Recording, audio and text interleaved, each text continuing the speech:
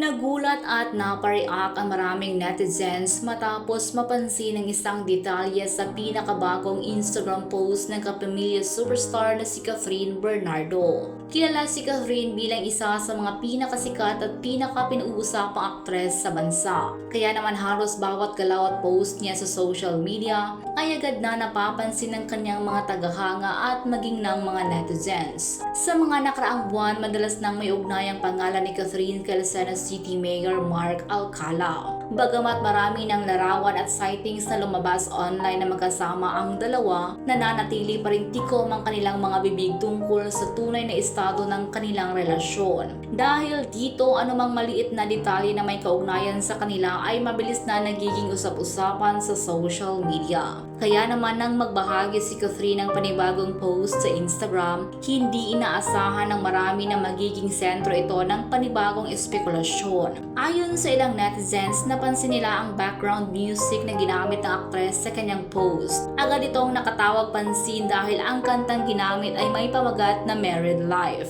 Marami tuloy ang napaisip kung may espesyal bang kahulugan na pagpili niya sa naturang musika. May ilan pang nagbiro na baka isa itong palihim na mensahe tungkol sa kanyang personal na buhay. Ngunit sa gitna ng lumalakas na usap-usapan online, mahalagang linawin ang isang bagay. Sa ngayon, wala pang anumang kumpirmasyon na kasal na sina Catherine Bernardo at Mayor Mark Alcala.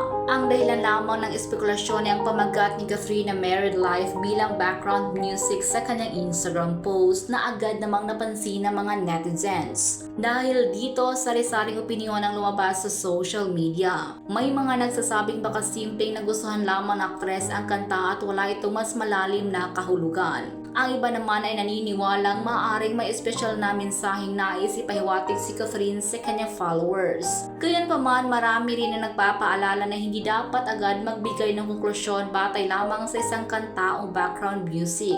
Para sa kanila, mas mabuting hintayin ang anumang opisyal na pahayag mula mismo sa aktres bago paniwalaan ang mga lumalabas na haka-haka. Samantala, patuloy pa rin sinusubaybayan ng publiko ang bawat update tungkol kina Catherine at Mayor Mark. Sa mga nakarang taon, napatunayan na rin ni Catherine na mas pinipili niyang panatilihing pribado ang ilang bahagi ng kanyang personal na buhay. Dahil dito, hindi katakatakang maging interesado ang publiko sa anumang detalye na may kaugnayan sa kanyang love life. Sa kabila ng lahat ng espekulasyon na natiling tahimik ang kampo ng aktres at wala pa rin kumpirmasyon kung ano nga ba ang tunay na kahulugan ng kanyang post. Sa ngayon, isang bagay lamang ang check at yun ay ang simpleng paggamit ng isang background music ay muling naging dahilan upang pag-usapan si Catherine Bernardo online. At habang wala pang opisyal na pahayag mula sa kanya, mananatiling palaisipan sa marami kung simpleng kanta lamang ba ito o may mas malalim na kahulugan na nakatago sa likod nito.